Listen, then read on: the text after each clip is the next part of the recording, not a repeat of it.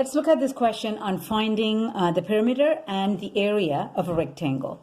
So answer the following questions for the given rectangle. So the rectangle is already given. We know the length and the width are given. So let's label them first. So length is going to be 5a plus 3 and the width is 4a.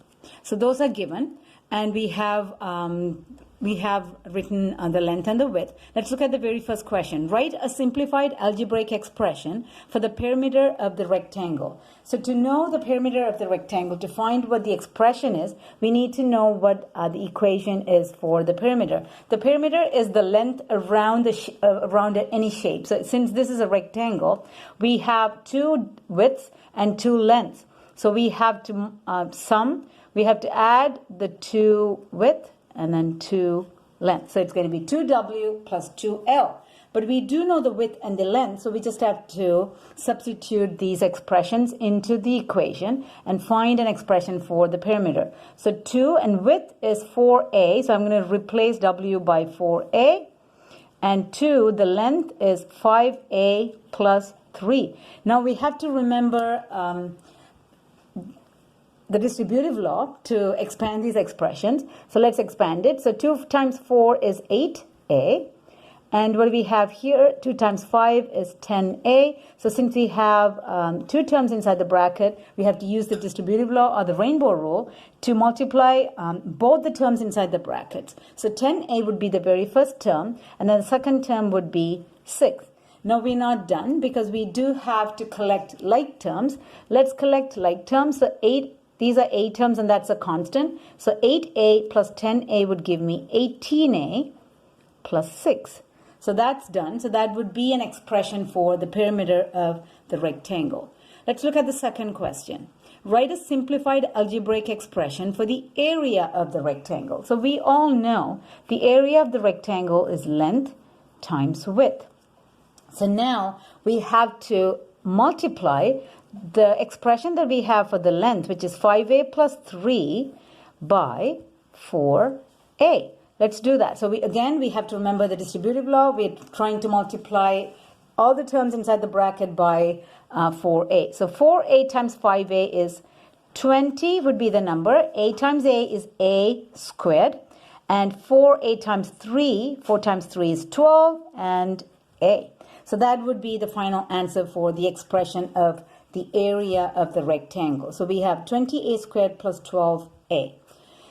Now, question 3. Evaluate the perimeter of the rectangle if a is 9. So now we're given a value for a. So we can replace that value in the expression and find a numerical answer for the perimeter of the rectangle. That's what we're asked to do in this part of the question. So the perimeter expression that we came up with was 18a plus 6 from question 1, from part 1 of the question. So 18a, since a is 9, I'm just going to be substituting the value 9 for a and find the numerical answer for the perimeter. So 9 times 18 is going to be 162 plus 6. So the final answer would be 168.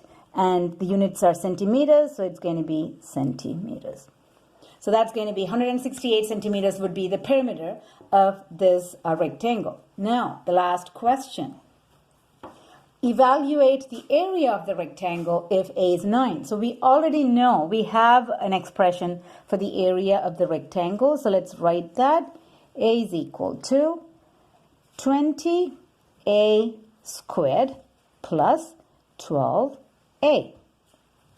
So a squared is going to be 20 and we know a is 9. So I'm going to replace just a with 9 and 12. And I'm going to replace this a again by 9. And let's see what this is. So that's going to be 20 times 81. So that's going to be one bracket.